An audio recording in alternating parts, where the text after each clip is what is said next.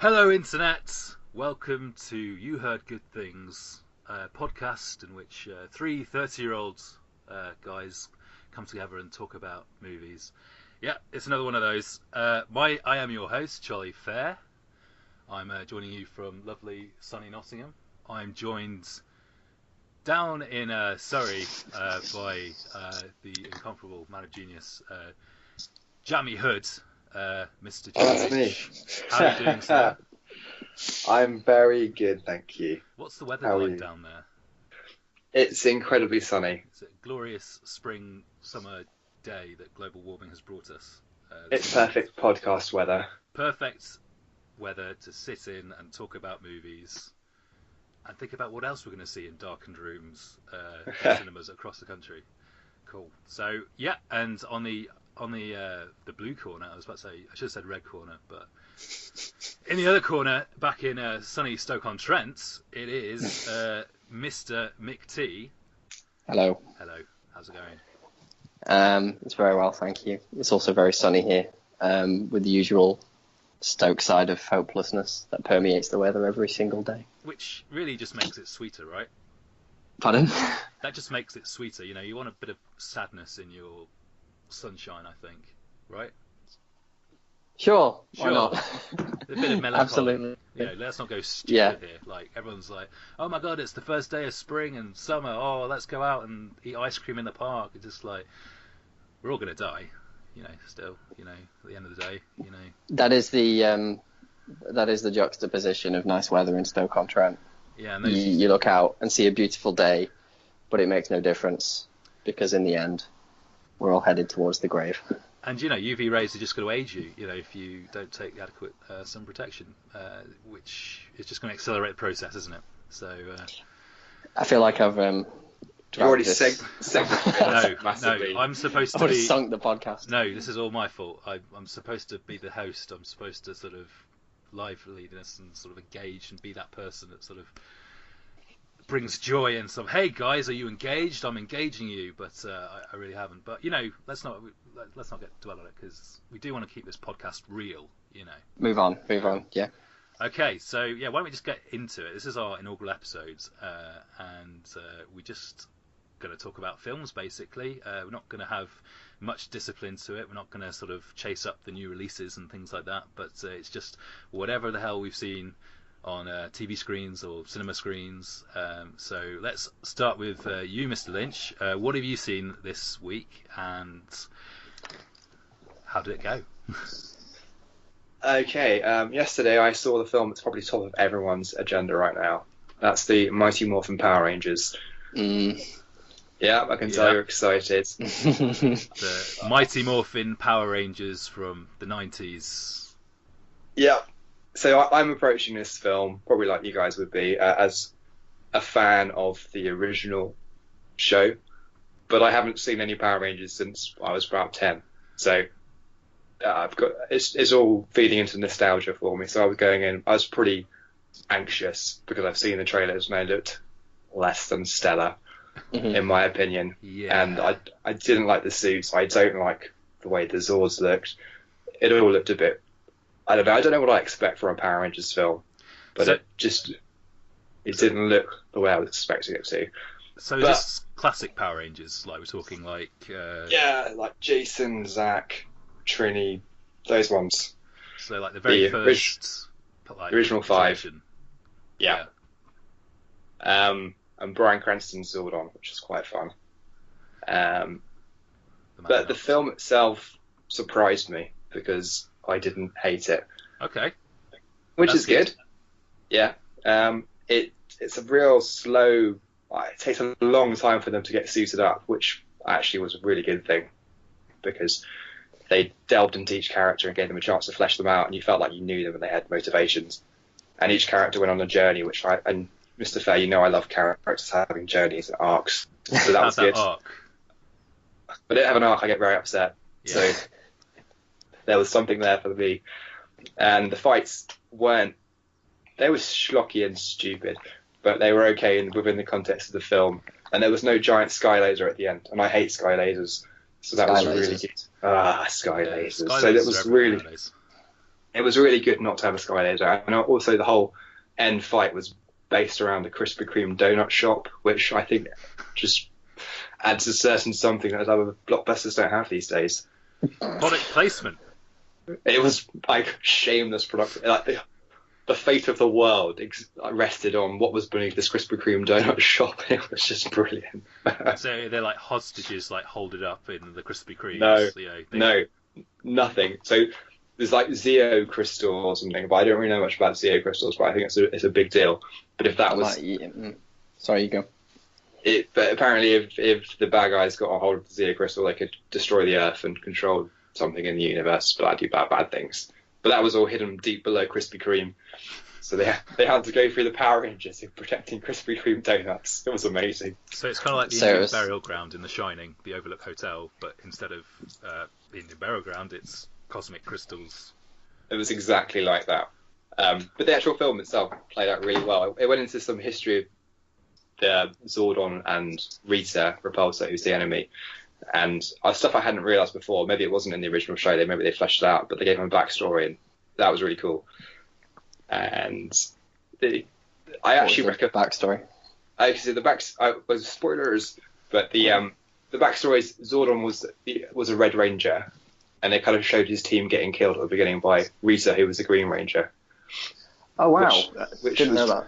Which was really cool. And his last act is to take the power coin. So he takes the power coin off one of the ones who's dying, and he realizes you've got all the other power coins, and he kind of hides them, and then he brings down this meteorite and smashes into it. So he was fighting Rita during a dinosaur age, which Charlie would know much more about than me. They're dinosaurs in this movie. So you see dinosaurs for a split second. So dinosaur age. And that's why the Zords have resembled dinosaurs, because they resemble the most powerful thing on the planet, which actually kind of makes sense. It was quite cool. And he brings the asteroid down, which I presume kills all the dinosaurs. What? So yeah. Oh man. So Zordon to kill Rita sacrifices himself, and all the dinosaurs brings an extinction event, which doesn't actually kill her. It just kind of like sends her to the bottom of the ocean somewhere out of nowhere, but she gets like frozen and recovered just in time for the new Power Rangers to fight her, which is good timing. You might say Zordon is the danger. But Zordon, yeah, he's a bit of a he's not like the Zordon I remember where he was like, "Hello, Rangers." He's not like that. Power Rangers. Yeah. Go over here and fight the dopey pony voice. He sounds a bit like Kermit the Frog. Yeah. Power Rangers, you've done well fighting evil today. You stayed true to yourself. Just like that. But he's a bit more of, he's got his own motivations, and he's kind of using his kids at first, because if they can morph up, then he can cross through the morphing stream or something and come back to life. But then he doesn't. He uses that power to do something else later on, which redeems him as a character, which is good. That sounds a bit sinister. You're making it sound like he's taken these teenagers made them like his Horcruxes or something. He is a bit sinister, but then he realizes that his time's over to be the Red Ranger, and it's another time. Sign of the times, man. He should guide these kids, help them rather than use them. It was interesting, and it's very Breakfast Club vibes for the first half of the movie, which is not entirely a bad thing. Yes, this is what I read about, because and this kind of got me sort of, okay, I'll see something that's kind of, because I think as far as the Power Rangers go, like they were quite a wholesome group of kids, where this Breakfast Club had their sort of problems and sort of hashed it out between them. So that is interesting that they sort of draw on that to sort of to do this massive big on-screen blockbuster. Yeah, these kids aren't perfect. They are like the Breakfast Club. There is the jock who's kind of screwed up big time in his life. There's a cheerleader who's also screwed up as well, and she realizes she's a nasty person. And is one of them autistic or something? I think I read that somewhere. So the Blue Ranger is autistic, and he actually pulls it off really well. I was worried that was going to be hammed up and awful, but it's good. And the Yellow Ranger has got problems because she is an outsider, and she's a lesbian, and her parents don't like that, and they want her to be normal.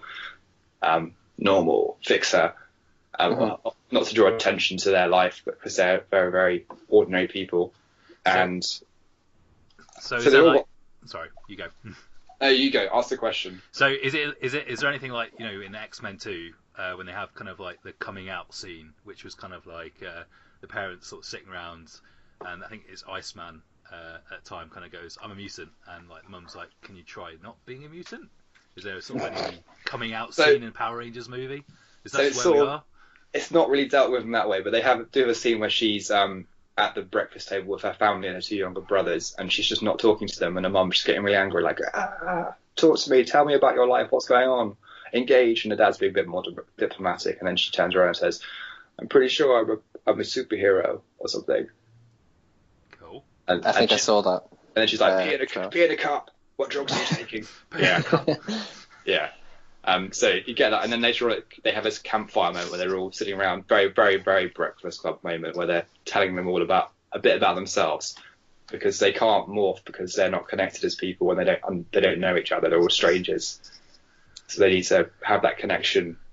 And to do that, they tell them all about something about themselves. So when you find out that she they don't really spell it out explicitly, but it's done enough, so you know that's what's her issue, and her parents can't deal with it, which is causing her to be an outsider in her own family, which then projected into life at school as well. Mm-hmm. So they all have problems, and they kind of overcome that to form a bond between each other. And it's quite nice. I think it's good. I think it's kind of a movie that kids could see, and it's be quite encouraging for them because it can like make friends and teamwork and stuff. And there's a moment with a bully trying to bully the autistic kid, and then Jason just steps in and slaps him in the face. It's just the weirdest moment. Rather than punching him, he just slaps him. It's as loud as slap. And he's like, everyone's like, "Did you just slap me?" He's like, "Yeah, it's weird, isn't it?" And that's just the end of it. And it's just great. But then they come back to that at the very end with the Megazord, rather than but to kill to knock the big Goldar thing down, it slaps it. And that was Jason again, and he's like, everyone's like, "Did you slap?" He's like, "Weird. I don't. Weird again. I slap people." That's quite cool. So it was quite funny and unexpected. In terms of like bullies, like I can't remember their names, but there's like the Vulcan Skull. I know exactly what you're going to ask. Are they in the movie? Are they? There's no Vulcan Skull, but there is like a. Well, I'm out. There's the bully kid might have been one of them. Oh. I think he was one of them, and there's another kid earlier on. You see in the scene when the Red Ranger Jason originally gets in trouble when they're stealing a cow. Very weird.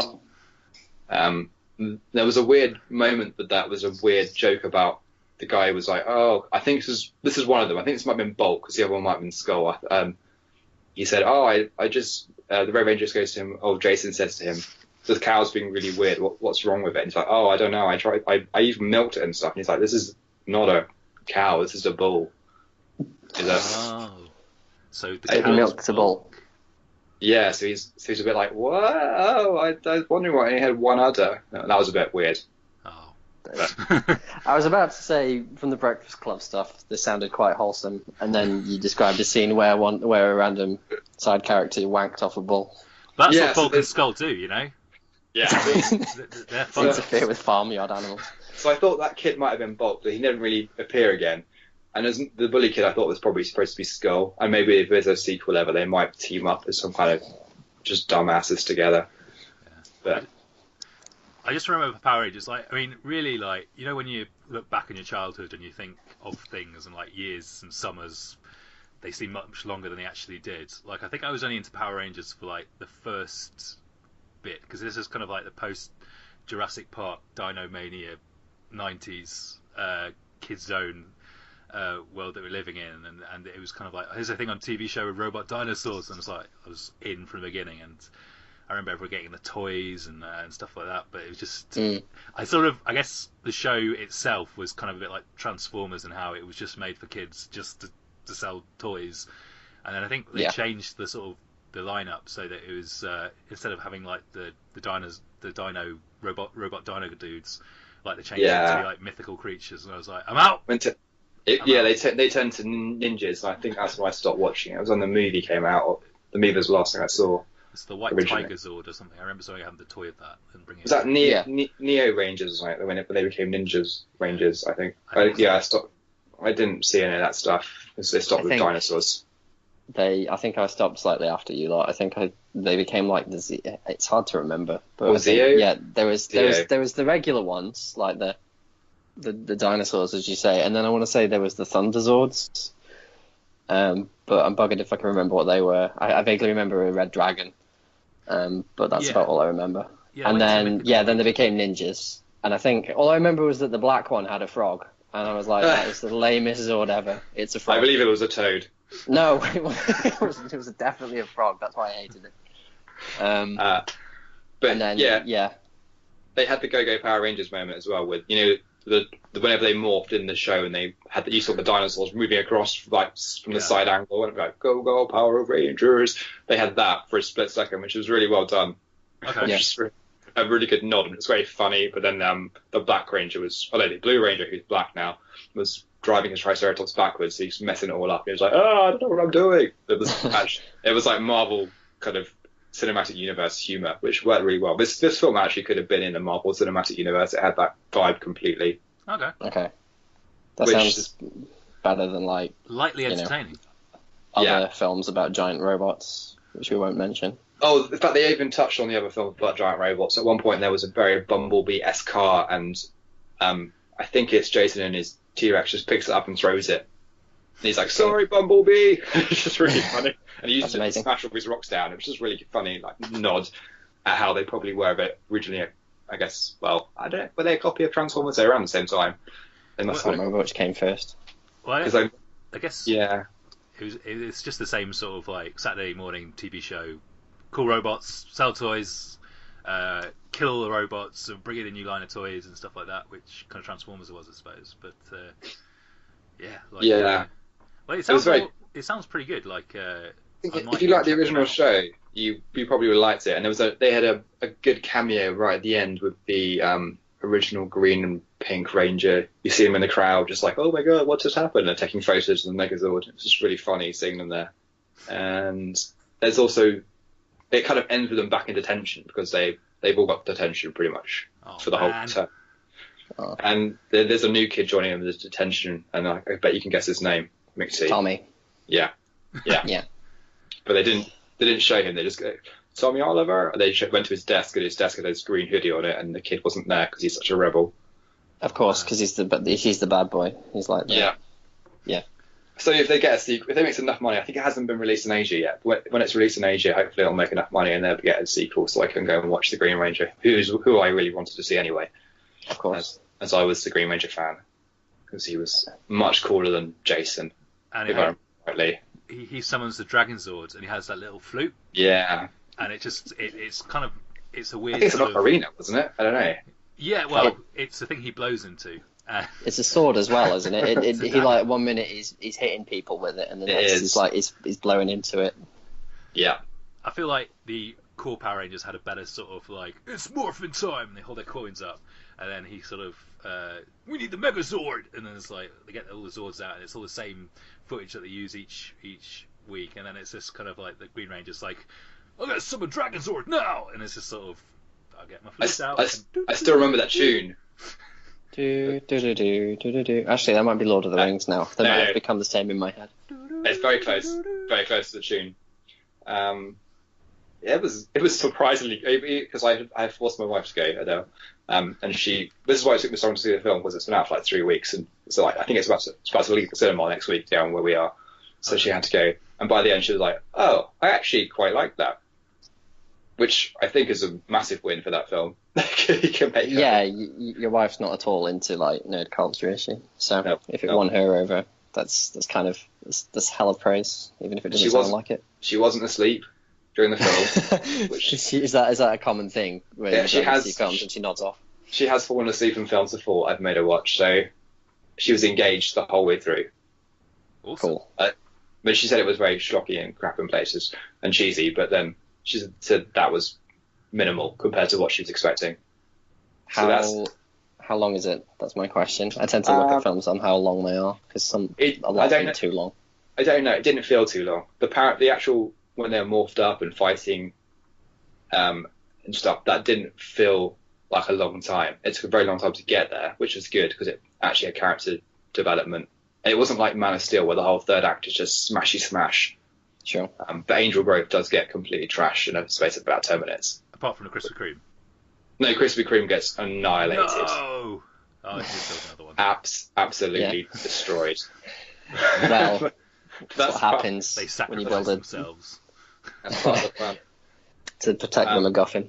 Elizabeth Banks was really hamming up as well as Rita Repulsa. Yeah, she's great, Elizabeth Banks. Like, whenever she's in stuff, like, I'm just trying to think. I think she was in Scrubs originally. Was that right? Right. Like, she played, She played the mother of JD's baby, if I remember rightly. she kind of does the voice of Wild Style in the Lego Movie, but she's kind of always been a sort of kind of actress who's been on everything, and is now sort of in the situation where you can just like ham everything up. And yeah, I read that she did this because her kids are fans of Power Rangers. Yeah, and so she really wanted to do it. Which, because at first, I think when she was cast, everyone was like, "Oh, she's quite well known," and everyone else in this film is not. Mm-hmm. So that's why she was. I think she must have done some research. She must have watched some shows because she was really giving it like the whole Rita. Yeah, cackling, Make my Wicked Witch monster of the West. grow kind of stuff. Yeah, yeah. It was really funny. Is there any moment where, like in the original like opening, and she kind of like emerges from things like, I'm free at last. I feel like that might have happened because she is like kind of always like stoned when they find her. Yeah. But she's like cackling all the time, and she's good. And Alpha even says ay ay ay ay ay, but he says it rather than in the high voice. He's like ay ay ay ay ay, which is funny. It was enough to make me laugh. Bill They Hader had a lot of nods. Bill Hader's Alpha 9, is it? So I don't know if it's. Yeah. How do I know that name? Bill Hader. Was he one of the Inside Out voices? Yeah, and he's kind of like an American comedian. Like, he's on Saturday Night Live, but he also I think did the voice for BB-8 in the Force Awakens and presumably the new next Star Wars movies as well. So he's kind of like your go-to man for robot voices, adorable robots. Of course. He was good. Alpha surprised me. I thought it was going to be awful. I hated the design when I saw it, but actually it grew on me as the film went on. So overall, I was going to this film feeling like this is going to ruin my childhood, but it didn't. It made me want to see a sequel, which is good. Cool. That's better than I was expecting. So it sounds like a lot of fun, and I might even check it out. It was. Week. I think fun is quite a good word to describe. It was quite heavy at first because they're going through all the exposition of the characters and making you understand who they are and stuff. But it did capture the Power Rangers fun, which. Yeah. I don't always, certainly the later Transformers movies have not captured any fun at all. But they still keep making them.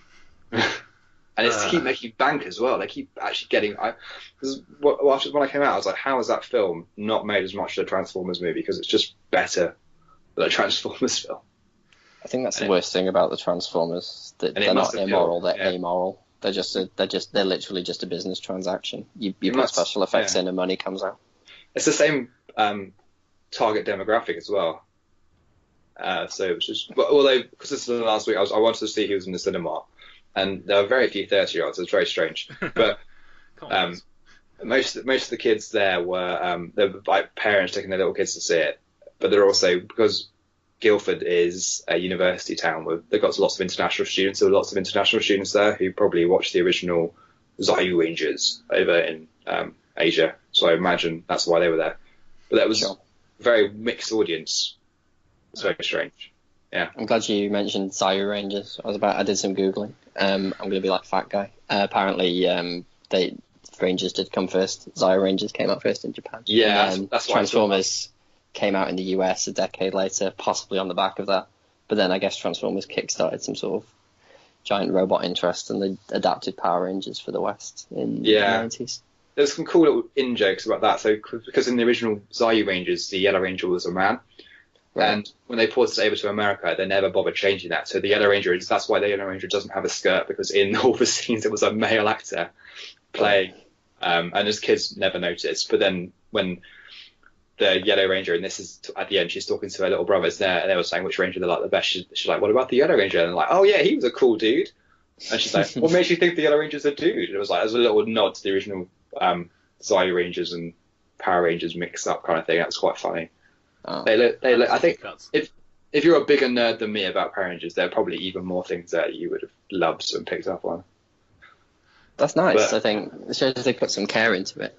It's not just not just a cash grab. yeah, these people cared about the property. Awesome. Out of the films I've seen this month, I've seen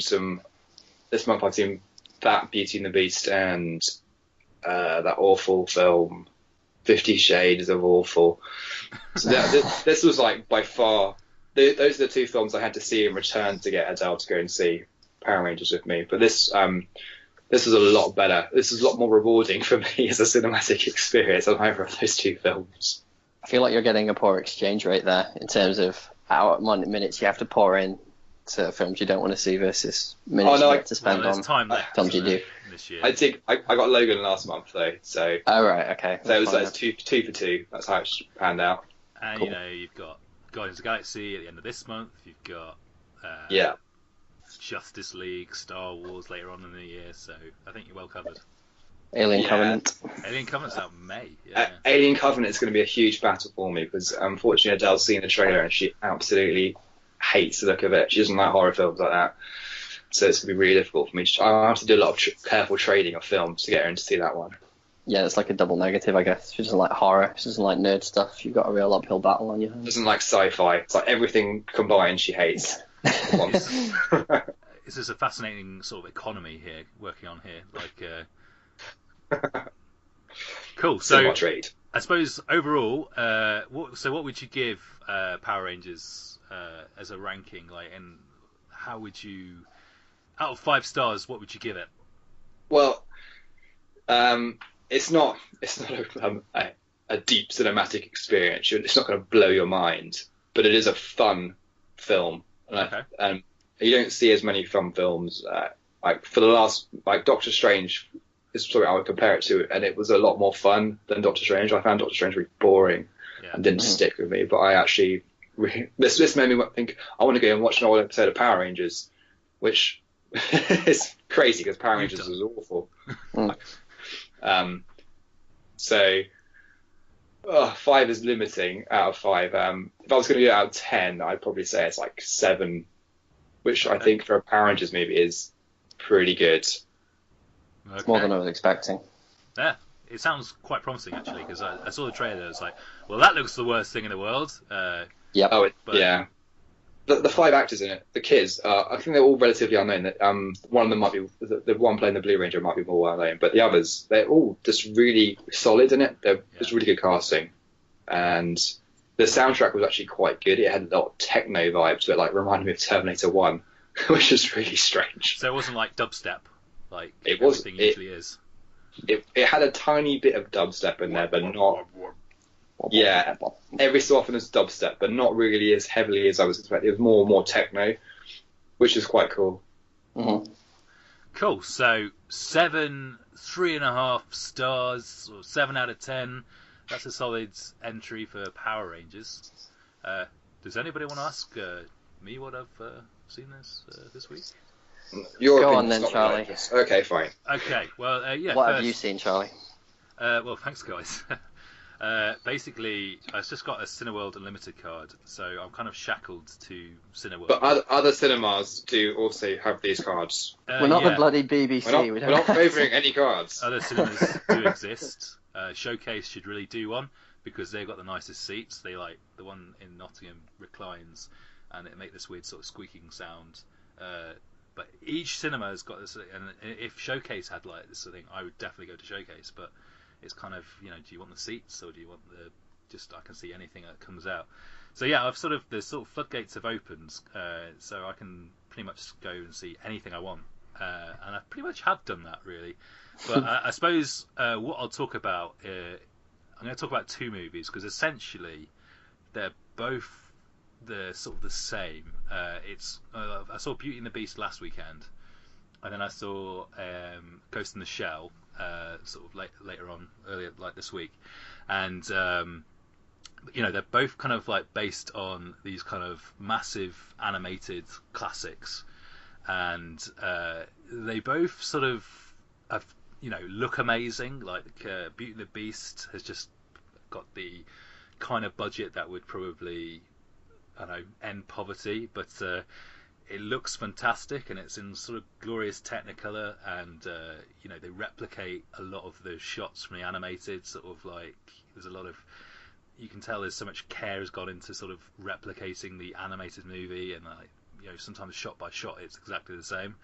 And Ghost in the Shell less so, but if Ghost in the Shell is kind of based on the manga, that was released in the mid '90s, and it's kind of set in this kind of Blade Runner sort of futuristic world, and it looks incredible. Like, it looks amazing, just kind of like in a way the sort of like Minority Report does, in sort of showing you how the world could be in the future as this kind of like techno paradise. So yeah, like but I know, I mean, compared to the original classics, like the original animated versions, they kind of, I felt both movies left a lot to be desired, really. Like, it felt something just, I mean, I've seen this movie before in both cases, but what have like live action remakes really brought to the proceedings, really?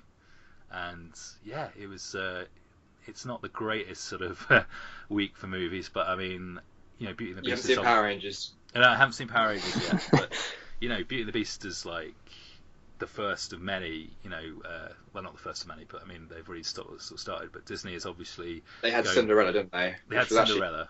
They had Jungle Book last year.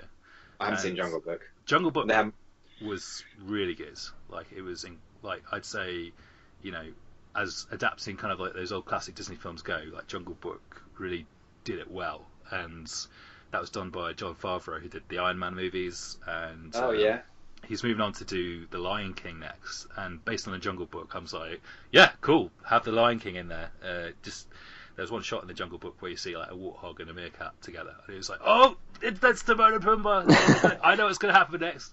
They're going to do The Lion King, and Cinderella was actually really good as well. So I didn't see. They did a live adaptation of that. That must have passed me by.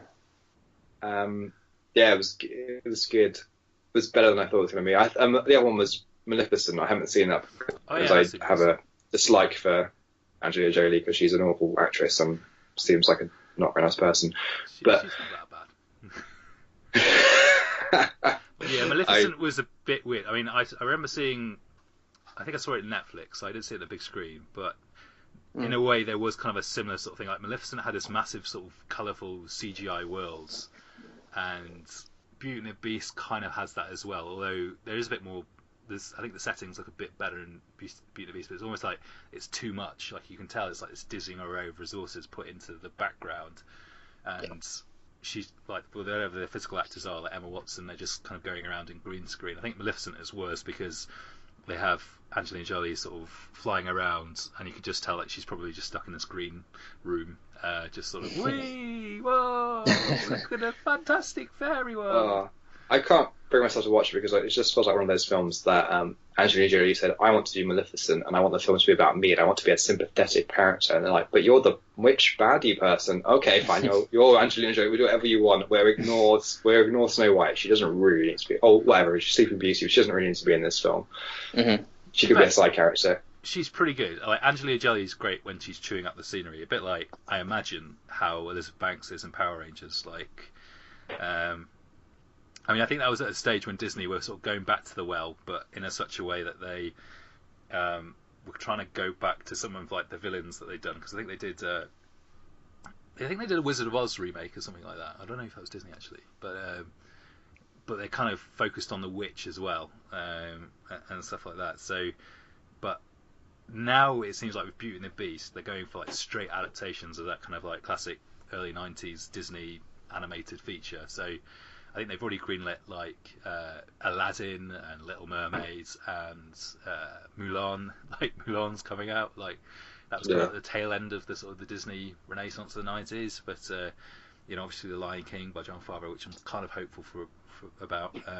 But it's just, yeah, you've seen the animated version. The animated version's only 90 minutes, but the live action one's about 2 hours, and it feels a lot longer than it is. But I don't know, I just felt it was just a bit empty. And the same for the Ghost in the Shell, which looks incredible, but at the same time, you've got Scarlett Johansson as this kind of cybernetic RoboCop kind of entity. It's basically RoboCop. The premise of Ghost in the Shell.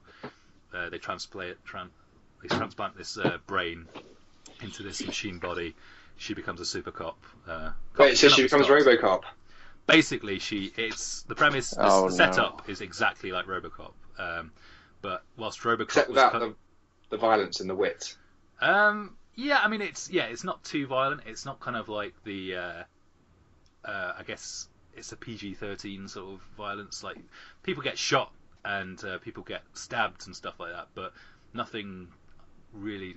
When I think back on it, springs to mind as something. Oh, that's really nasty. I thought Logan and Deadpool had corrected studios into thinking that PG-13 wasn't the be-all and end-all for those kind of films now. Yeah, well, I think Ghost in the Shell is kind of it's bombing at the box office, and there was a lot of problems with I think Scarlett Johansson sort of coming into this movie, and it's obviously a Japanese kind of original sort of production, and they sort of I think people sort of saw that casting Scarlett Johansson in this kind of the role of Major, who's like the sort of was a bit of a sort of whitewashing the movie, and which I don't think it's 100% that, because the idea is that they've taken the mind of this young Japanese woman and they've made a body to look like Scarlett Johansson. So it's almost like they don't really touch on it, but it'd be an interesting idea, which maybe Ex Machina does much better. But the idea of a man creating a version of a woman that they think is desirable, yeah, basically. So I think there is a bit of that. What they've actually done is they've killed a Black Widow solo movie. I don't know. I mean, Scarlett Johansson's got quite good street cred for doing these kind of action movies where she shoots things. Like there was that movie, like Lucy. Yeah. I know. Is that the one where she becomes some sort of demigod or something? It's like her brain gets really big or something. Metaphorically. You see, Mixie, we only use 10% of our full brain power, but I think in Lucy you take drugs and special. This sounds like another film that came out before Lucy, which they probably was. Yeah, which I hated.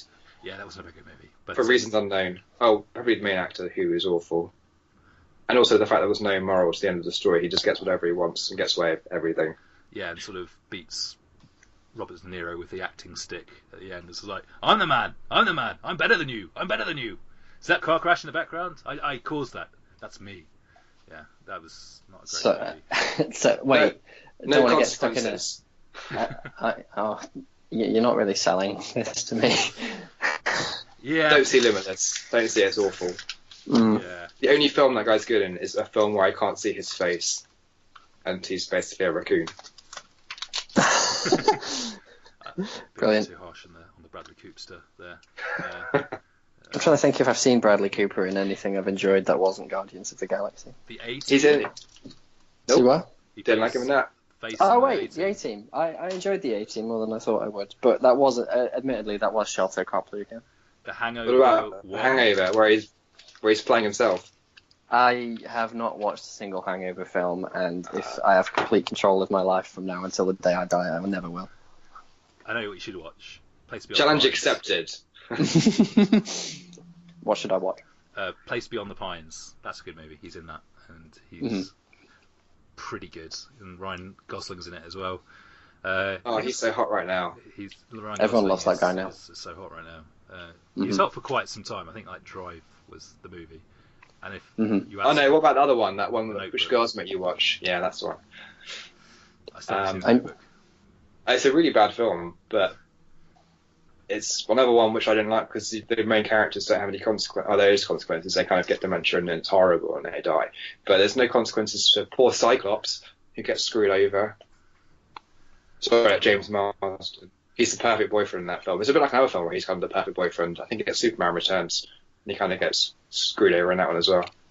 Yeah, I don't know if you've seen Westworld, but James Marsden's in that as a robot who's programmed to like this other robot woman within this theme park where normal sort of regular people like you and I come and sort of relive their Western fantasies. And nice things don't happen to James Marsden in that movie either, when he's just trying to do the right thing. Nice stuff never happens to that guy. Yeah. But yeah, I suppose Beauty and the Beast. I sort of got a little bit of track here, but you mean Jamie? I think you saw it, didn't you? Yeah, I was then singing all the songs from Beauty and the Beast for about 3 weeks afterwards. It's still stuck in my head right now. Every time I switch my brain off, I just wake up singing one of those songs. It's awful.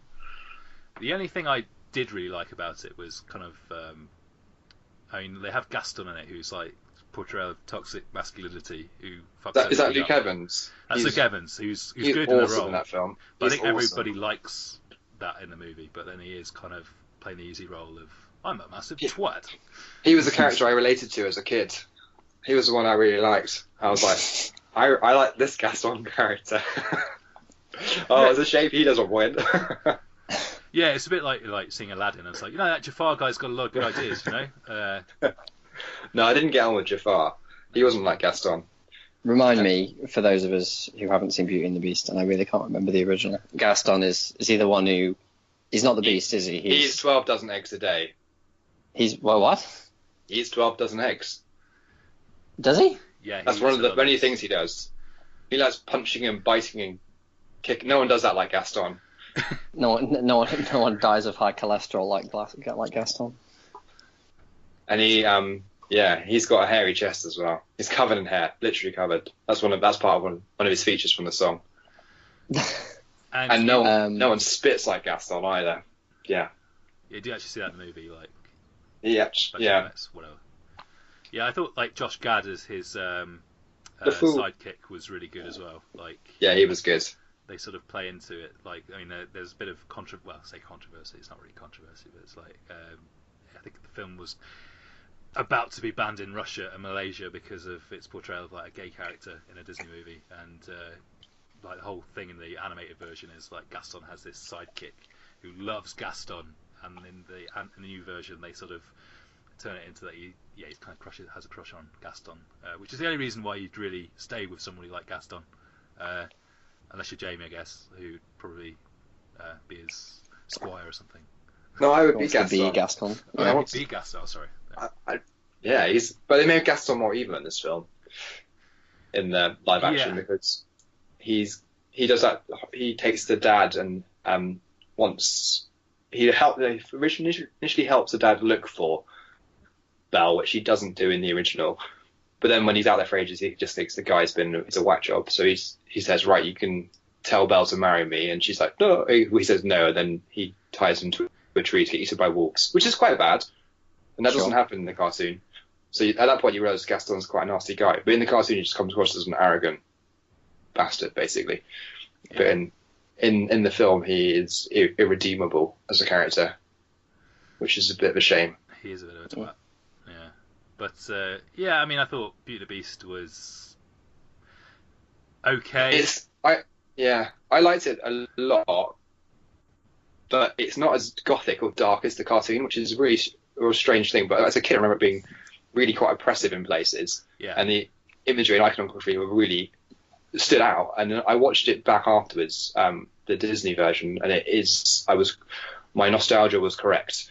And that doesn't come through in the live action one for some reason. I don't know why they decided. There's a really good moment where Gaston is trying to get the beast and he's walking down with these it's raining and he's like no one loves you, beast, or something, and then the beast is standing there amongst the gargoyles with the rain falling on him and he's holding his stick and he kind of sneaks out behind him, and it's just really cool, and the way it all comes together with the lightning. But that doesn't really happen so much, and in the live action one they can't show, I guess, violence in the same way. So Gaston doesn't use a bow and arrow. He uses a gun, so you don't really see any damage or anything, and it's a bit lame.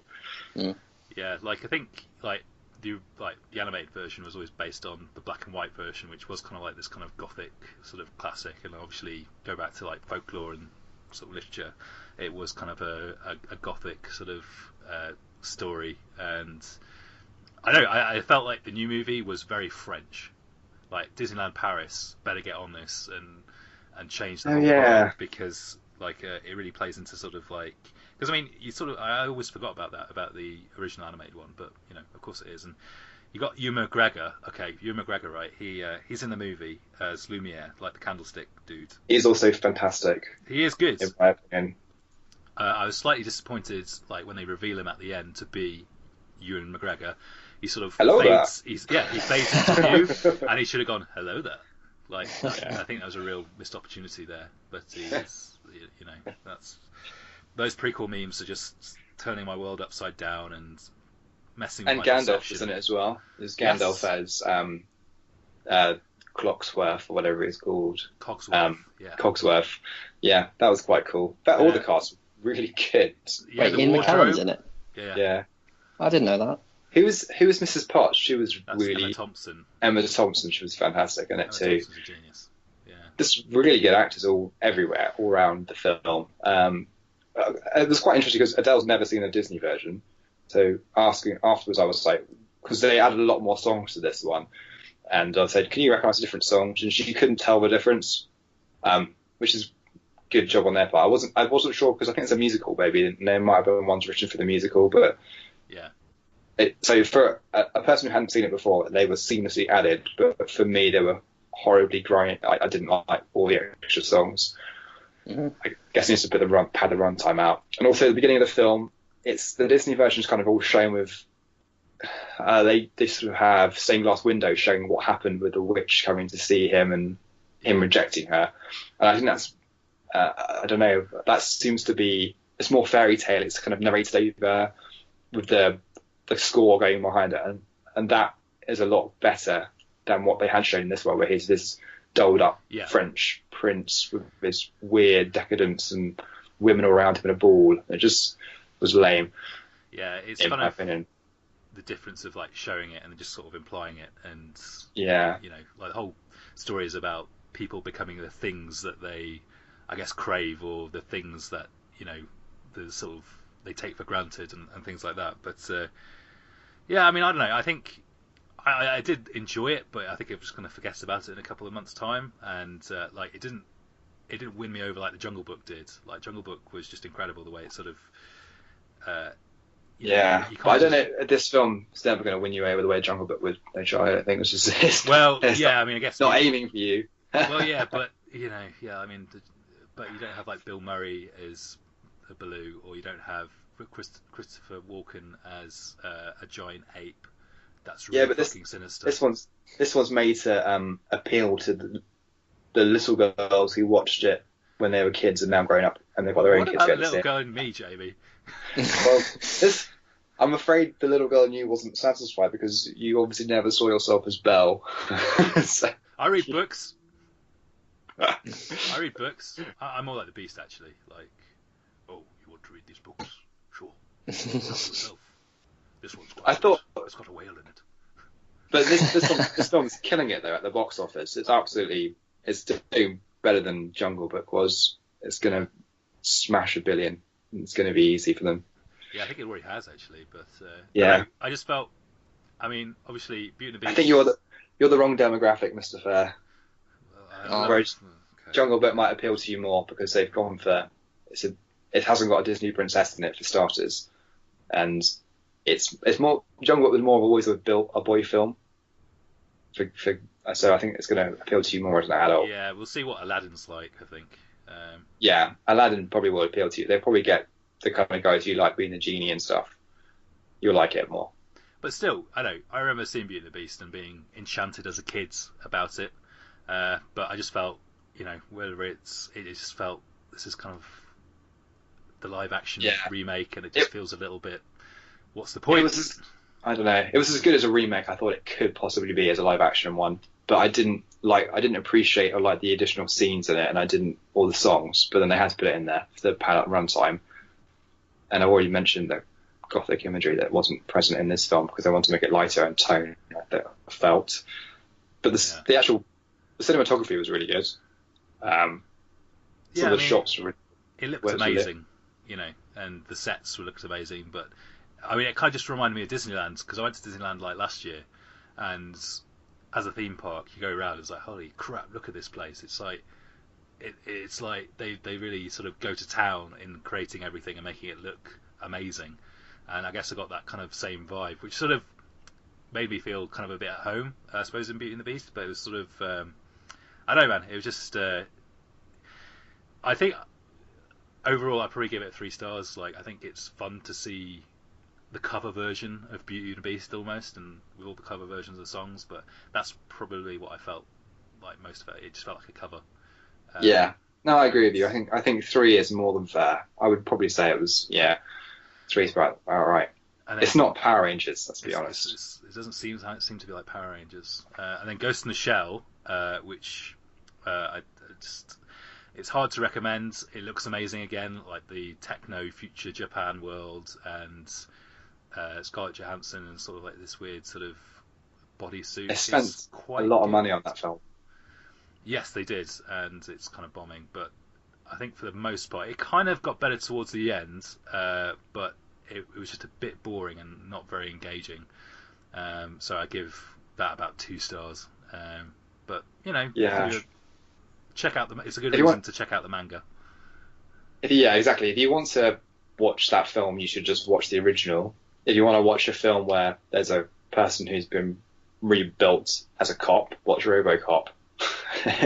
I mean, even I have to disagree with that second part. The RoboCop remake was better than this movie. I thought Ghost in the Shell. Whoa, that's a hell of an insult. Yes, so... there's literally no reason for that film to exist then.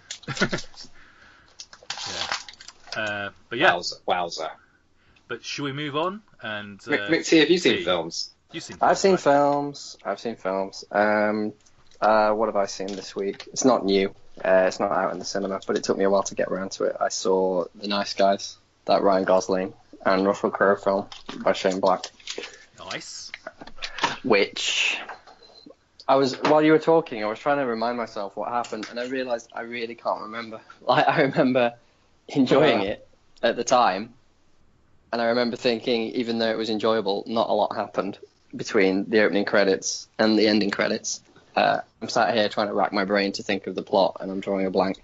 It's pretty much Russell Crowe and Ryan Gosling bickering like an old married couple throughout 2 hours of occasional action and mostly dialogue.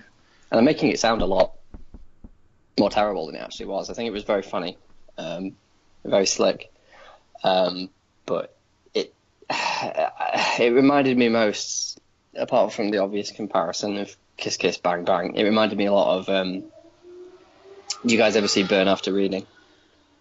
Yes. Yeah, Coen Brothers. Yeah, I have seen that with Brad Pitt. Yeah, there's that one scene with Brad Pitt. Everyone remembers. That stuck with me. Yeah, it's a haunting moment. It was quite funny. Yep. It reminded me of that just because it was very funny, but you come out of it and you think not a lot changed within the world of that film. Has it made you excited for Predator? The Predator? Or Predator? It reminded me of why I like Shane Black. Like I really liked Kiss Kiss Bang Bang, and I think Iron Man 3 might be my favourite MCU film, which might be a controversial opinion. I'm not sure. Not on People on the podcast. internet seem to think that's a really controversial opinion. The internet will hate you for that. Yeah. Really? What did everyone hate that? Because Iron Man 3 is great. Iron Man 3 is significantly better than Iron Man 2. Yeah, Iron Man 2. Also, we're approaching it from people who aren't really fans of the Mandarin anyway, so we weren't offended by the fact he was a joke.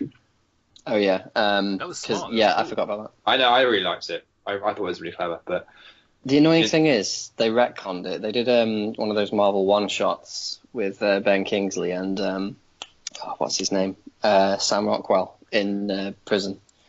And apparently I'm going to spoil it now if you've not seen it, but it ends with like some nefarious agent who was ostensibly interviewing Ben Kingsley's Nigel Slattery character, telling him that the real Mandarin is very upset with his portrayal. I was like, "Oh, you retconned it, you fucks." Yeah, that was shit. Yeah, that felt like fan service to me, and it was a bit unnecessary. Because, as I say, I really enjoyed the whole, pantomime horse sort of approach Iron Man 3 took. It's like there are no real villains of that, histrionic nature. It's just people trying to get what they want. Apart normal from people. Guy Pearce who breathes fire. Apart from him, I'm actually talking more about Iron Man 3 than I am The Nice Guys right now. Nice Guys was fine, as I say. Ultimately, It was Immemorable. nice. It was Just it nice. it was nice, you guys. It was nice. You're a nice guy, trying- Mixie. Thanks. I wish I could tell you what happened, but it is, if you've seen Kiss Kiss Bang Bang, you've already seen this film, I think. That's kind of how I describe it. Like, I think I saw it last year at the cinema. I've only seen it once. I know it's on Netflix, and I've been meaning to go back to it. But I remember when Kiss Kiss Bang Bang came out, and I went to the cinema alone to see it because I'd heard such good things about it. And that was kind of the stage when Robert Downey Jr. was sort of coming back into acting in a big way. And like Kiss Kiss Bang Bang was always, I think, the role that got him Iron Man. And although he kind of doesn't play Robert Downey Jr. like Tony Stark in that movie, he's kind of more of a dunce who Putsy. a putsy who sort of gets things wrong, whilst Val Kilmer is like this kind of smooth, wisecracking, got all the best lines, knows how everything works, bit of a shady character, and they have a good sort of dichotomy. It's like, you screwed it all up again, you idiots, and look up in a dictionary, do you want to find? It's like a picture of me. It's like, no, the definition of the word idiot, which you most fucking well are, and stuff like that. It's good. I thought, I mean, yeah, Shane Black does a lot of these kind of movies where he's sort of, you've got your two sort of buddy cops. I guess like Lethal Weapon. You know, there's 4 of those movies. You know, sort of the straight guy and the loose guy, and you know, even going to like the Long Kiss Goodnight. And you know, there was a stage where Shane Black was kind of, based on the scripts that he was making, he was kind of like the most prolific screenwriter in Hollywood. And Nice Guys kind of was a retread of I felt like Kiss Kiss Bang Bang, but sort of set in the 70s, and instead of like this sort of sharpness of Val Kilmer, you kind of had Russell Crowe, who was just a bit sort of a grumbly muscle, and then Ryan Gosling, who just can't do anything right at all, and stuff like that. But yeah, I mean, I think I know it has a great opening. It has an opening where like it's sort of panning a bit like Lethal Weapon with like the Hollywood Hills, and you sort of pan into this like suburban home. Like in the first Lethal Weapon, it's like this massive helicopter shot of this skyscraper, and there's like a woman on drugs there who obviously falls to her death, and that sort of kickstarts the plot. Whereas this one, it's kind of the kid sort of steals his dad's porn and checks it, and then sort of as he's looking at it, like the centerfold, like this car sort of smashes into the background, and he goes outside to check it, and it's the same woman splayed out in the centerfold, but she's pretty much dying. And I forgot about that opening scene. I thought it was quite a cool sort of like sequence, and then obviously it's a case of mistaken identity and damsels in distress and 2 schlubby guys trying to sort of work through this world of seedy intrigue to work out what's actually happening. And in the end, the bad guys are kind of the guy at the top, maybe sort of a bit sort of Chinatown, sort of doing dodgy dealings in LA that's going to affect sort of Detroit. local government and The Detroit, that was the weird thing about that film, was it makes some polemic point about the Detroit car manufacturing industry, and like the notion of government bailing out, you know, corporate interests and things. It was a really, you know, you've had like, you know, the last 190 minutes or whatever have been like this, you know, hard-boiled buddy detective style film, and then at the end it just goes onto this political tangent about how the government is bad for propping up failing businesses. It's like, okay, that was not what I was expecting. Should I watch it? Yes. Yeah, I think it's a worthwhile use of 116 minutes. I've got Wikipedia up. I mean, you've seen Kiss Kiss Bang Bang, haven't you? Yeah, I like that. That's good. Yeah, I think you'll like this. I mean, I think for me it just kind of felt like a remake of Kiss Kiss Bang Bang, and I know when the movie was being made, like they did a lot to sort of, the marketing sort of team was sort of, it's sort of really hard to sell, guys, because we don't have much of a budget. And I remember in interviews at the time with Shane Black, you know, who is a really great screenwriter, who just sort of saying, yeah, it's really hard to make movies and get people in to see them and stuff like that. And you know, I just hope everybody in here listening to this can go and tell their friends to go and see it. It's you know, it's meant to be like a sort of fun Saturday night movie to go and see, and you know, it's got murder, it's got fun, it's got humour, and it's got whores and trinkets, and you know, but I mean, it is, I think, Shane Black on sort of like safe ground. Like, I feel like Iron Man 3 got slightly burned by that because it maybe didn't perform as well as it should have done. Although I think it got up there, like it made the bucks, but he seemed to. I think people didn't warm to it as much, because people are idiots, and I want to see Iron Man 2 and. Tony Stark in a suit fighting robots and stuff like that, and which they got with Age of Ultron, of course. And I think Tony Stark is most interesting as a character. Like he was in Civil War, when he's kind of maybe not the cool guy who's in control of everything. He's kind of doubting himself, and people are doubting him, and he's kind of really struggling with people sort of not doing what he wants, which. I thought Iron Man 3 definitely did, because how many times have you seen I suppose Logan Accepted, but sort of a superhero who's just dealing with post-traumatic stress and just like, oh man, I don't feel so good, I don't know what's happening, I'm a bit fucked up and stuff like that, because I think Iron Man 2 had him with a rare blood poisoning thing, and it just sort of felt sort of a bit hokey, but just a basic human flaw based on traumatic experiences at the end of Avengers. And like a human flaw you can't really hand wave away with a MacGuffin that's discovered later in the film. Like he discovers a new type of element or whatever in Iron Man 2, whereas Iron Man 3 he has to get over his failings through like some kind of introspection and an actual change in character. Although that was the one thing I disliked about, it wasn't the one thing, it was one of many things I disliked about Age of Ultron, was it felt like they'd pretty much just wrote roughshod all over that. Just like, oh, he's back, trying to control everything, having learned nothing. Yes. And I think Iron Man 3, the one. Let's not delve into Age of Ultron. We could be here forever. Yeah, we could be forever. But and you guys are really struggling to stay on point with this film, which makes me think this film is not that. You should go see it. It's on Netflix. It's great. Yeah, it's on Netflix. It's worth watching. Just don't expect like any. Didn't you see another or anything? I thought you said you saw Arrival as well, which no one watched out. We could talk Arrival, because again, that's just like new on DVD. That's not new out in cinemas or anything. But I saw Arrival last night. I'm actually still processing that because I saw it not 12 hours ago. I think if we need to talk about Arrival, we'd probably maybe say that for another time, because I've got a lot to say about Arrival. If that's okay. Yeah. But that's fine. I think it's really good. Like I think it's a really strong movie. I've got it sitting here on Blu-ray, just waiting to watch that again. But I think it should have won some Academy Awards. Yeah, Amy Adams got snubbed, man. I mean, as much as I like Emma Stone, I thought she was really good in La La Land. I thought Amy Adams, was in two really good movies like Nocturnal Animals and Arrival, but Arrival was just kind of really, incredible. But I heard it. Sorry, you go. No, you go. Sorry. I heard it said that from another film podcast that I won't name because you don't want competition. Film critic. No other film podcast, just this one.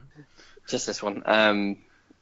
Hello to Jason Isaacs. I heard from Kermode that she did another film and that also got nominated, and that apparently that's like in part it's like some sort of weird electoral system. It splits the vote, and like instead of being nominated for two, and she actually got neither. Like she didn't get it for either of them, which is frustrating. Well, I mean, I think the Oscars are like a part of the marketing scheme for like these big not big movies, but like the smaller movies that have a harder time of getting people into cinemas to go and see, because I don't think La La Land was a small movie. that was the least small movie ever. That was like, well, yeah, I mean, but in compared undiscovered to tribes in Central America who've heard of La La Land. Well, compared to like Moonlight, which was literally like a small movie, I think it was like made for less than 20 million. Like, I mean, La La Land was kind of a bit of a big production, but big musical, maybe sort of slightly against the grain of what you expect like movies like that. I mean, but I did like La La Land, but I think like if you get an Oscar nomination for your movie, like it might sort of help it on its way.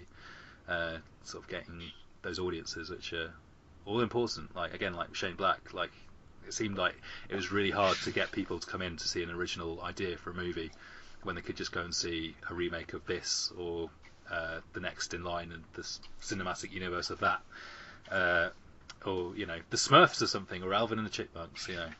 It's just The Baby Boss. Yes. Oh. That film won't last more than 2 seconds. The fucking Baby Boss, man. I mean, I don't know. I mean, it could be the best movie ever made. It could be a really like clever movie about how we treat baby. Fuck it, I'm not. Then they I'm not marketed trying to it very badly if that's the case. Well, Should we come together on what other film have we all seen recently that we could talk about? Logan. Logan. Schnicked. Logan. What? Stabby, stabby. That was me Ah! popping my claws, but they're all stuck in my fingers, so I'm pulling them out. Oh! Oh. Yes, so Logan came out February, didn't it? And it's been described as like the confining, the sort of the concluding chapter to the Wolverine trilogy. But if you ask me, it's really the third attempt to make a good standalone Wolverine movie, and it just so happens that they actually did do that with Logan, because God, those last two Wolverine movies were awful. I don't think that's fair to the last two Wolverine. I think you shouldn't group them together, because Origins is like a different kind of awful. Whereas you're not selling it here.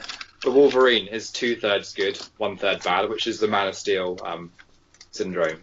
But which one has Ryan Reynolds with his face sewn up? Ah, that's a special kind of awful. Yes, the first Wolverine one. Origins. Yeah. I've seen the last half of that one, and I haven't seen the second one at all. You see, the second one is so bad at the end that it makes me forget what happened in the first half. I know, but it's the same director. Same director as Logan. I think he got studio interference though. That's why he had to have that metal monster at the end, because he didn't want that, and he also wanted to have a hard R rating, but he wasn't allowed it. Yeah.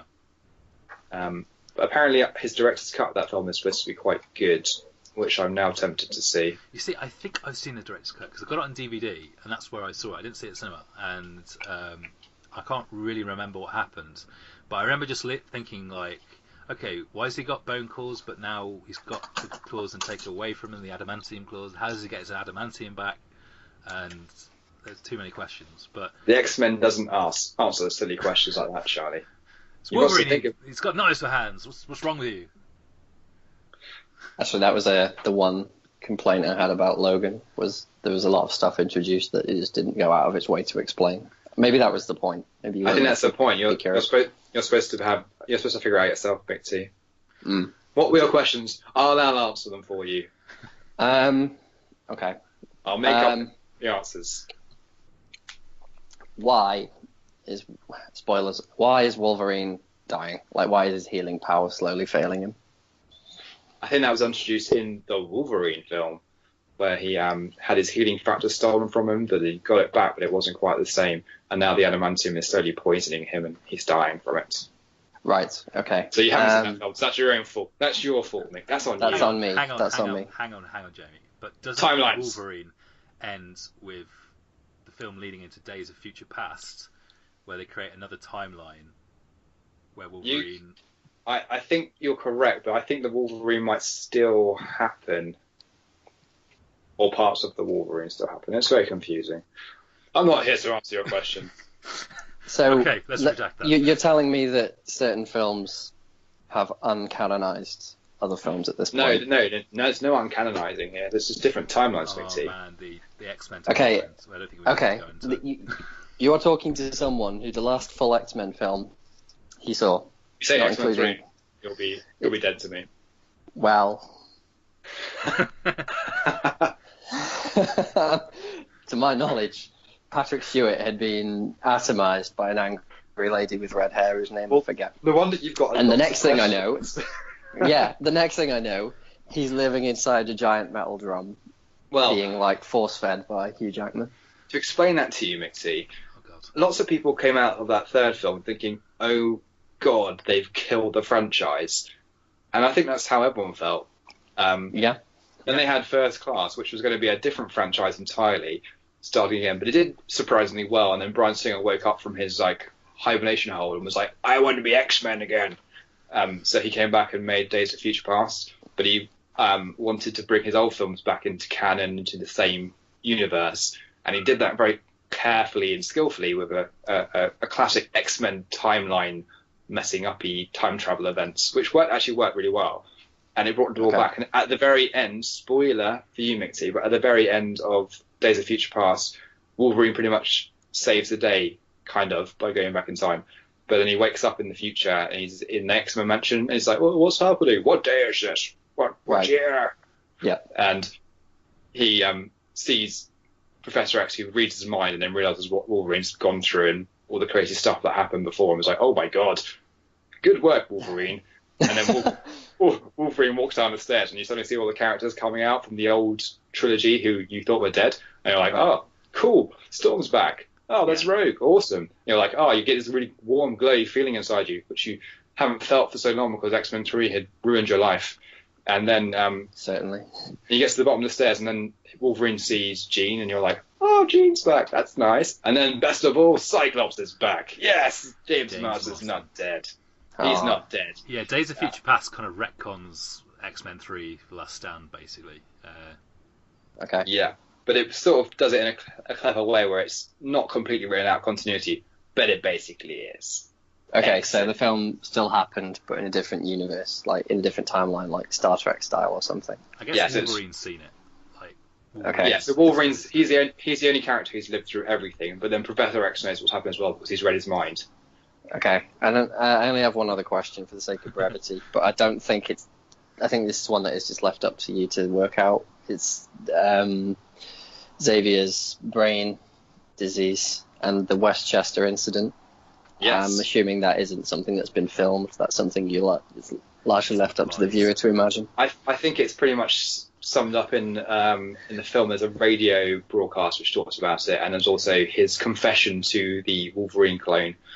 And you fill in the blanks and realise that Xavier had a moment with his dementia, which made him kill everyone in the X-Men mansion, which probably meant all the X-Men. So wait, Xavier all killed all the excited. X-Men. So Cyclops is dead after all. No, I don't think Cyclops was on holiday. All the, he was all away the that others, day. all the others are dead. Yeah. They're dead. Okay, can I leave now? Yeah, so he pretty much kills everyone. Okay. But because he's got dementia, he doesn't really remember it. But Okay. only sometimes.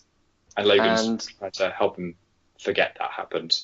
Yes. Okay. I understand. And finally, Stephen Merchant. This is his first appearance. He wasn't in any of the previous. He wasn't, but his character Caliban was in X-Men Apocalypse. Okay.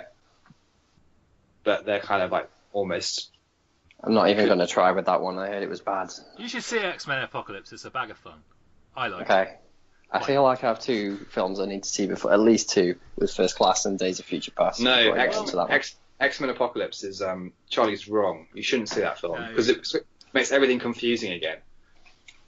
It's got Poe Dameron in, is it? Doesn't it? Poe Yeah, they Dameron- put him in blue prosthetic makeup and make him ham up the scenery and. You know the Mighty Morphin Power Rangers movie, the first one. Poe Dameron's basically playing Ivanhoe. It's really strange. I don't know why Ivanhoe is back in an X-Men movie, but that's basically it. You're not selling it to me, from what I remember. It's awful. It's like, Everybody's hating on Apocalypse. I thought it was perfectly fine. I mean, it wasn't as good as flashy as the Marvels. It wasn't as fucking dour as the DC movies, or it wasn't as bad as X-Men 3. It certainly wasn't as bad as the first two Wolverine movies. It maybe the CGI wasn't great in places, and maybe Oscar Isaacs was wasted as Apocalypse, but I don't know. I liked parts of that movie. I there's think- parts of the movie that are okay, but most of it is really bad. Okay. Well, Like McT, for instance, Xavier and Magneto go through the usual beats again, like, oh no, Magneto is going to be a bad guy, but at the end he's a good guy again, and he's been forgiven. But this time he's actually going to kill a lot of people, like a lot, and that's kind of forgotten about. I'm forgiven, What? and he helps. Xavier is the forgiving sort, isn't he? But the world seems to have forgiven him as well, because when you next see him, it's X-Men 1, and everyone seems to have forgotten that he is this terrorist. The thing that Apocalypse could have been, right, is that we always talked about. There's always been a tension with the X-Men that they're kind of the evolved form of humanity, and you've got one sect of them who sort of want to usurp humanity and sort of progress to a higher state where they're in control, like Magneto and the Brotherhood of Mutants. Then you've got Xavier, who's trying to sort of like use the mutants' powers and gifts to defend humanity, even though they do sort of view them as kind of like freaks and dangerous entities. And Apocalypse kind of comes in as a mutant who thinks he's a god, and in a way the gods, you sort of opens up this question of like, what would a mutant's relation be with a god, and how does a god view a mutant, which I thought is a really, really good evolution for those X-Men things to take up. But maybe it doesn't Squandered. way, but Squandered. Apocalypse chooses his 4 horsemen of the apocalypse, and one of them's a drunk, one of them's a man in grief, one of them is help me out A here. bodyguard. One of them's Michael Olivia Fassbender. Munn. Yeah, Michael Fassbender's in grieving. Right. And Angel's drunk. Angel's And a drunk. Storm's just the first mutant kid he Storm's encounters. living in poverty, A thief. so it's kind of Apocalypse basically appeals as a religion to the sort of the most sort of weak people of society. He uses them. This is almost certainly not what So was there's social commentary then. Yeah, sort of. Religion is for the damaged, Sort of. basically. I mean, this could have been what the movie was about, but it tends to be like it's X-Men Apocalypse. It's like, we're going to destroy the world and build a better one for us. There is a mutants. cool bit at the end, Mixie, where they actually have a fight on 2 levels, where they're fighting physically in real life, but also there's a mental fight going on in the astral plane, which is really cool. Okay. So that's worth seeing the film for. And then rather telling Jean Grey to sort of keep the Phoenix, the cosmic power inside her, Xavier tells her to just let it all out, basically, to which I think was kind of different to what has gone before. And by the time the movie ends, and they're all stuck in a danger room, and like Xavier's sitting in his chair staring sternly on, the doors closed, and like the kids are, because that's what they all are, just kids just sort of like standing waiting for whatever horrors this virtual reality thing's going to unleash. I thought that was a really strong ending. Okay. Yeah, the problem with the film is that the Days of Future Past had kind of fixed the timeline, but this one just messes it up more. And you're like, oh, why did you do that? I'll add it to the list. But Logan, Yeah. Yes. So we've answered all your questions on Logan, Mixie, and now you fully versed and understand what happened. well, Yes. despite Wait, no, everything- you haven't. You haven't. There's one remaining thing. What was your last was it? question? What was that green shit? That's a Everyone drug. keeps shooting up. Yeah, is that foreshadowed in earlier films, or is that another thing we just left to infer? like in video games, when you pick up like a pickup that makes you go super crazy, like an adrenaline boost. It's basically the that. rampage It's from Doom. basically that. Yes. Yeah. Okay. To power up. Okay. It's the green. MacGuffin. It's the MacGuffin that we need to have in this film, so we get to see Logan in his prime, going full Wolverine feral mode for about 3 or 4 minutes. That's what that's for. Okay, I thought it was foreshadowed because he said something like that shit will make you go crazy or something. No, that was just exposition. Okay, sorry. So Logan, Sure. I mean, I feel like we've kind of gone through the entire X-Men series, but We had to, It because all of doesn't McTee's really longish. matter, though, does it? With Logan, it doesn't really matter. It did to McTee, who didn't understand what was going on. Well, okay, but you can go Completely into changed the view Logan of the film now. and just none You of can, it really but matters. You can't go into Logan after watching X-Men 3, though. That would confuse everyone. That was McTee's own fault. I still, yeah, it's my fault for being so put off by X-Men 3. Actually, I think it's, if anyone's fault, what's his name, Bryan Singer? I feel like it's his fault. Yeah. No, he didn't do X-Men 3. That Did he was not? Ratner. No. Rat. He went off to make Superman Returns, since, whilst Brett Ratner took X-Men 3. Into And oblivion. shout on it. Yeah, so blame Ratner, not me. I still enjoyed it. I didn't understand it, but it didn't feel like a film that was meant to really live amongst the other X-Men films. It felt like it was a very personal story about 2 old men and a little girl. I've seen a lot of people sort of talking about it like as a tone piece and sort of a character study, which I think there are elements there that sort of that are different to usual comic book movies. Like, it is kind of a road trip movie between like this family. There are a lot of quieter moments between them, which are sort of more understated and are quite nice within the sort of usual X-Men theatric or Wolverine theatrics, where people getting stabbed left, right, and centre, and so many claws, multiple stab injuries everywhere. But not too many. I felt they actually did the right amount. Yeah, It wasn't back-to-back stabbage, as some people have said. well, Yes, I know someone who was very down on it because they felt there was too much stabbing, which isn't the impression I walked away with. you do have yeah. another Wolverine, as in the kid, and then you have a clone of Wolverine. So how many claws is that? That's about 9. 12 Wolverine claws, and then 12? the 2. No, hang on. Well, you got the 6 of No, it's normal. more than that. You got 6 Logan claws, right? You got And 6 then of another his clone, and then 18. and then No, because his daughter has 2. No, on she's each got hand. 3. She's got 2 one on each foot as well. yeah, she has a feet claws as well. Oh yeah. I thought that was a nice little line of dialogue actually, where they reference like lionesses have the claws on their rear paws as well. So of course she did too, which I thought was quite clever. Yeah, I thought it was. I've been watching a lot of westerns recently, old western cinema, and this film felt like a western in the way, in the cinematography and the slow and long scenes, and the fact it was focused on very few characters on a journey. I thought, yeah, and also they even show Shane in the film, which is really cool. Yeah, it was wearing its heart on its sleeve there, wasn't it? It's like, hey guys, you know that movie? Yeah, this fucking movie too. Woo! I got The roles were reversed, though, which is good. Well, I got a Terminator 2 vibe from it, to be honest, because it's kind of a road movie. They're being chased by the malevolent Yeah, very forces. Terminator too. There's an evil clone Wolverine, and they're both essentially metal men, and they've been sort of brought up to destroy and stuff like that. I felt. I'm not as hot on Logan as I think other people are. Just for sort of, it just left me a bit cold, I think, towards the end. How dare you? How dare you? End this podcast right now. I think there's a part of it that comes with it, like it's set in a world where kind of the X-Men failed. Yeah, but that's perfect with the X-Men stories. No matter what they do, they don't succeed. No other superhero film does that.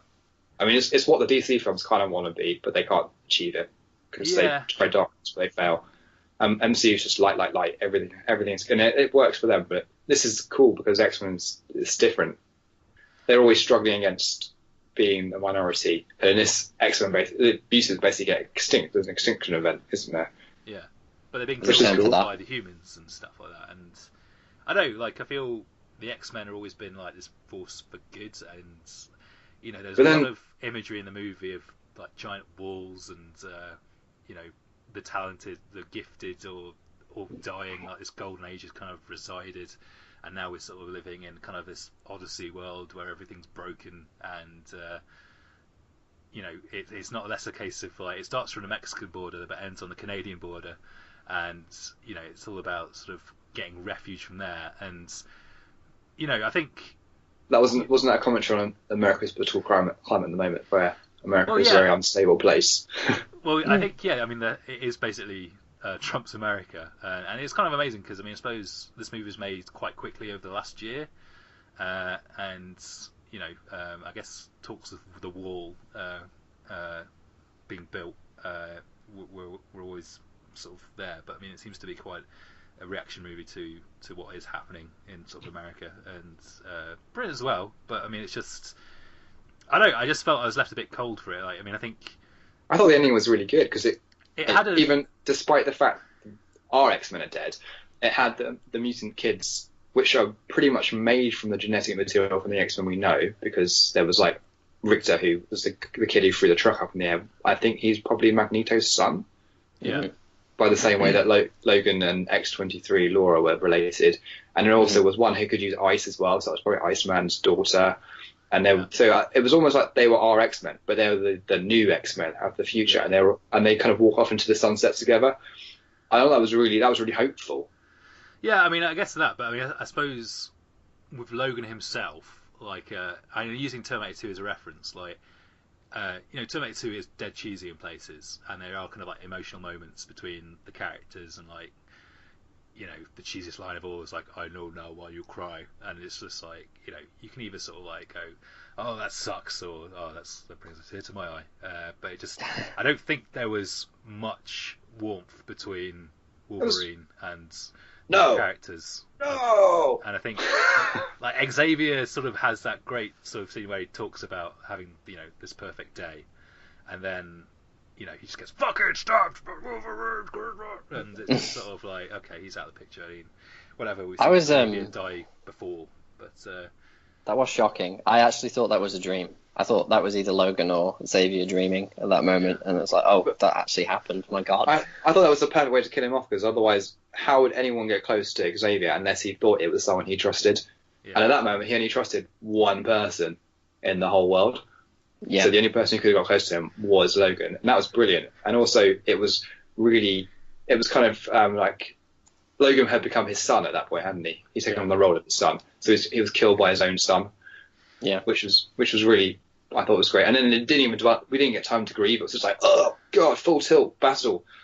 And then I really liked because other people were seen complaining about how Sabretooth wasn't the enemy, which would have been quite cool. But then thinking about it, I like the idea it was the clone, it was the younger version of Wolverine, so it's stronger, but also it was him fighting the animalistic side of himself. It's almost like a lobotomized side of him, which was really cool. Which was that's his whole thing. It's his always the biggest conflict of Wolverine has always been him fighting himself and his natural urge to be an animal, which was really shown on screen physically, was really cool. And I really liked that. Yeah. But at the end, when he died and he was whole, because it was, as a character, I don't think it's not quite the same as Terminator, because Logan is really depressed in this movie. His one dream, his single aim, is to get on a boat with Xavier, so we're out at sea where Xavier can't hurt anyone if he has one of his episodes, and then when Xavier dies, Logan's going to shoot himself on the head. That was his dream. That was the best case scenario. Yeah. So he just wanted to be with Xavier so he couldn't hurt anyone. And when Xavier popped his clogs from old age, he didn't kill himself. So that was what he wanted. But he goes from that place to get into when he eventually does die, and he realizes that he has, because Xavier just wants him to be happy, and he has that moment of happiness when he has that connection with Laura at the end. Yeah. And he kind of has his Terminator moment where he doesn't say the same words, but he says something along the lines of, "Oh, that's what that feels like," and then that's his last line. Yeah. And it's like him being released because he's finally got there. I thought that was the same for me. See, I didn't think that was about death. Someone pointed that out after. I thought that was about him feeling. I thought it was a slightly corny line about feeling love or something, and feeling connected. It could. I mean, I think I read it as being him. He's passing on. He's not healing. He's shutting down. But at the same time, it could be. I think it has like the double meaning there. Yeah, that's what I thought. And I really like the when Laura does the speech at the end over eulogy, she is doing the one from Shane we saw in the movie, but it's the roles are reversed. So rather than she's doing, I can't remember how around it is, but she's doing the other way around to what was shown in the movie. I thought that was really cool. And also when they have the sticks, they form an X rather than the cross.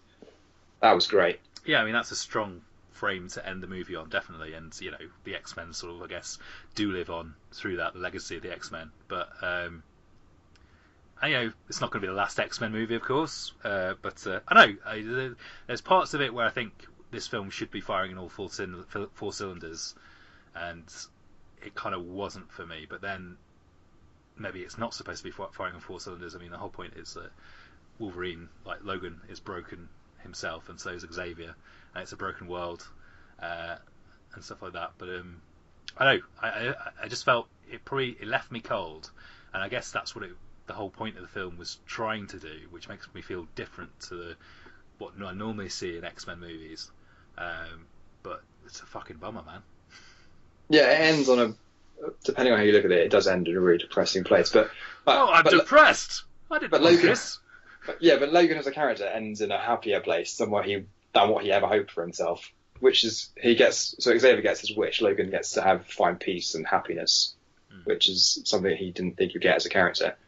I thought it was a really, really good film. It's very small, and the world feels small and gritty, and it's not like flying robots everywhere and smashy sky lasers, which a lot of films fall into at the moment. And they kind of have that one shot when on the farm, and there's like these massive machines, like combine harvesters. That was really cool. Distance, and it's kind of like, oh yeah, we're being replaced by machines and stuff like that. And it's sort of, I mean, it was a good movie. I think we probably need to see it again, but it's so long. You and do. depressing. You must see it again, Mr. Fair. But I thought the actors were really good, and Yeah. the girl playing Laura was amazing because child actors can kill a movie straight away, and she was really good. She learned from the best, the Hugh Jackman, and just a lot of screaming and Yeah, she got the whole screaming and stabbing thing down, didn't she? But I thought But she was great beside that. Yeah, but she was silent for the whole Yeah. first half of the movie, and then Until she she just explodes in Spanish, and it was such a shock. That was one of the great. funniest moments where like you find out she can talk, and then within like 5 seconds, Hugh Jackman's like, "Oh God, stop talking."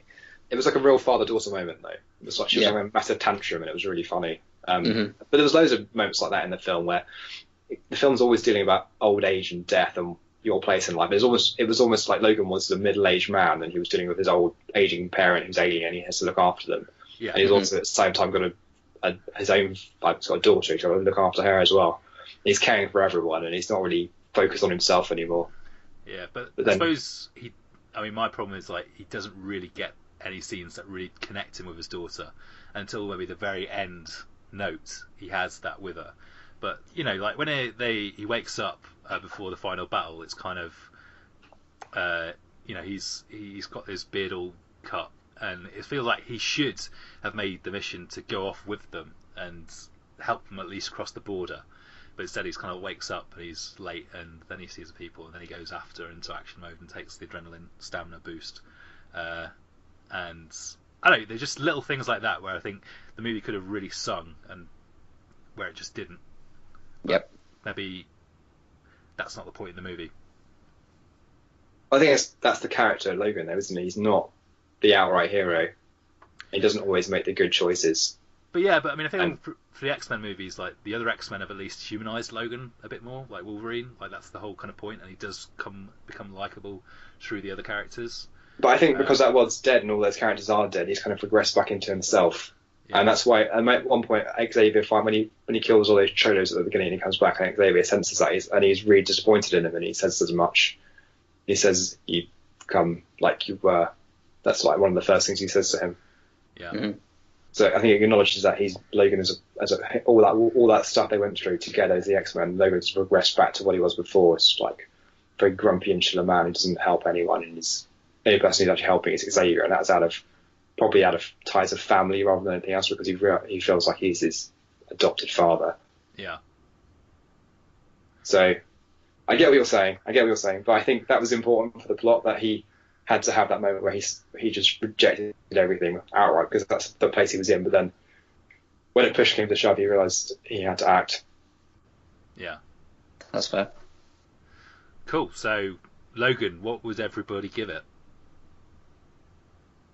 Out of 10 or 5, because I can out of 10. Let's I'm go really- for 5 because 5's easier. so hard. It's a statement, man. 5 out of 5 for me. Okay. Wow. T? Well, it's not my favourite road trip film. Yes, Mick T. How does this movie really compare to the king of road movies, at least in your mind? Well, I'm glad you asked. Where to begin? I mean, I feel like if he really wanted to raise money for a boat, then, driving a limo around was the slow route. He could have easily have, put his trousers on his head and mimed a bit of opera. And from what I've seen in other road trip films, that seems to be quite an efficient way of raising cash, especially if you've got like a small child in tow who brings the cute factor. So what road trip movie are you talking about again? Because we're talking about the road, are we? Like, the Funnily enough, I'm not. I'm talking about that road trip. evergreen classic, Mr. Bean's Holiday, which Okay. it's a little different. And right then, we know that your rating system is flawed. I beg to differ. Some may say it's chalk and cheese to compare it to that, but I disagree. They're both road trip films. They both have a small child in tow, and where both the adult and the child learn something about the other, and both have like roles where both have points where the roles are reversed, and the child has to sort of take on almost a caretaker role for the adult due to being incapacitated by being stabbed a lot or by being Mr. Bean. And, you know, Logan is good. I like the bleak western tone, but Mr. Bean's holiday ends on the beach. You know, everyone's happy. The song and dance number. Willem Dafoe's seen the error of his ways in trying to make art house postmodern films. Yeah, why the fuck And would you do that? it just ends on a real major key, you know, compared to the much more grey tone of Logan. So I'd have to give this film 4 Mr. Beans out of 5 because it's good, but it's no Mr. Bean's holiday. Okay. Well, I'm gonna have to give it 3.5. Wait, it's not the same as you gave. What did you give 3.5 to earlier? Like Beauty and the Beast? I gave 3 No. to Beauty and the Beast. God. It just left me cold. It just left me cold. I mean, I guess there were moments in there that I really liked it, but I felt for all the I don't think you're praise- supposed to come out feeling like you've just watched La La Land or Would Well, it La La have Land was a fucking bummer too, as well. I mean, I Yeah. was bummed the fuck out by La La Land. Make no mistake. would it have helped if Hugh Jackman had gurned more and made some faces? Or, you know, just like pulling his lips back, or I'm not trying to compare it to anything, but I just thought I'd ask the question. I just think it needed a bit more care in some of the scenes that are a bit more supposed to be a bit more emotional. And I think probably you need to watch it again, Mr. Fair. it's my own personal problem with the film. I'm maybe not as massive as big as Wolverine fan as everybody else seems to be. No, I'm with. See, Jamie, you thought my rating system was flawed. I'm not that big a fan of Wolverine. I just thought it was nice to see something completely different. I think I was just really tired of like that sugary sweet center that all the other Marvel films had, and it was nice to see one that was unapologetically morbid. Yeah. I've read Anyway. a lot of Wolverine comics, and this was, and sometimes it's really hard to write a Wolverine comic because he as a character is. Yeah, what do you do? I mean, the 2 other Wolverine movies are a perfect example. Like, I'm invincible. This rose to the challenge very well and did very with what they had. It was very good. Yeah. Maybe the best at what they had was very something like that. Wolverine quote. He's Yes. the best at what he does. Well done, and Jamie. that's stabbing people and making you feel shit, man. I wish he chewed a cigar though. That's a huge shame. But I guess we're not allowed to show that anymore because of PC-ness. So you might say Logan was close, but no cigar. Thank you. Well, I think that's interesting. We had kind of 3 different opinions about Wolverine. You know, Logan. Sorry. Can't believe you rated it the same as I rated Power Rangers though. I don't know. I've That seen just throws it other into sharp movies relief, doesn't it? that are darker that I feel more strongly about. I feel this just didn't. You just go and watch Power Rangers and now tell me if you think they're the same film. Well, this is the Are they problem the with- same level? Well, this is the problem about putting ratings to things, you know. I mean, films can make you feel a menagerie of different emotions, and how do you possibly yeah. replicate that in a 5-star rating or a 10-star rating or even Rotten Tomatoes 100% rating? It's Out of just, the films I've seen impossible. recently, this one has stayed with me and I've been thinking about it. I'm looking forward to seeing it again. And that hasn't happened for ages. Most films I just forget straight away. That's true. Like, I'll forget Ghost in the Shell and Beauty and the Beast. I probably won't forget Logan, but I don't know. I saw Get Out. You should see Get Out. I don't want to spoil anything by talking too much about Get Out, but you should see Get Out. That stayed with me. This is socially aware horror in the Babadook vein, is it? Yeah, kind of, but I don't know. Is that for next time? Maybe for next time. You need to all go and see it first, I think. Alright, so Charlie, your homework is to go and see Power Rangers and then tell me if you think that's as good as Logan. I know it won't be, but you know, I might enjoy it. But it'll make you feel happy afterwards, and that's what you need from a film right now. That's what it sounds like. Yes, that's probably it. You'll come back with a 5-star rating then. You're going to feel very happy. When they smash that Krispy Kreme donut plate, you're going to be like, oh. I'm going to throw Free Fire out there as a film I think me and Jamie should see. Charlie, I know you mentioned Definitely. you've already seen it, but that's my must see for the week. And is there anything else we need to see? So that's Power Rangers for me, Get Out for you two, and Free Fire for both. I don't Also know was too. either of those Can are I- out in the cinema near me, but I'll find. I'll see if I can. I'm gonna have to drive to Stafford of all places to see it, which is like 20 miles away. Nah, Stafford. I know. It's not Stoke. So On that bum note, that's like a Logan, that's like a Logan ending. it's more like there's a minor key. It's more of a fart gun. It's been good. It's been good, guys. It's been good. It's been fun. I've enjoyed exceptional. this. Yeah. Same time next Cool. week then, guys. Sure. I mean, Exactly. probably slightly earlier because we won't have like an hour of fighting with Skype. IT issues. IT issues. Jammy hood. The jammy hoods with the IT issues. We seem to be in a stage where this can just do it. I just hope it's recorded. Wouldn't it be suck if it didn't record? Oh man. Oh my god! Uh, I don't just lie to us. I'd rather not know the truth. Just a trial run. Yeah, we did good. And the next time's the real one. But yeah. Okay. All right. Okay.